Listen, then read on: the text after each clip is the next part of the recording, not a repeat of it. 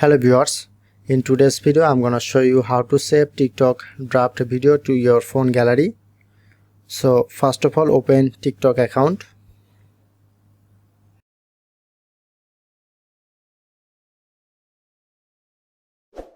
and click on to plus icon for the post.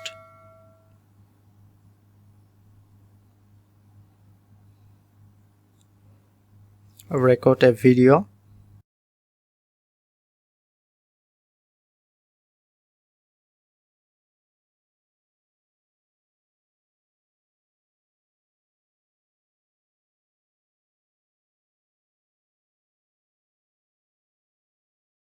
Okay.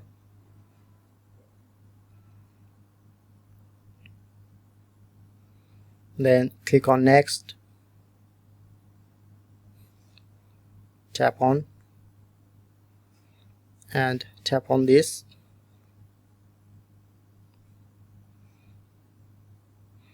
And you need to just record your skin.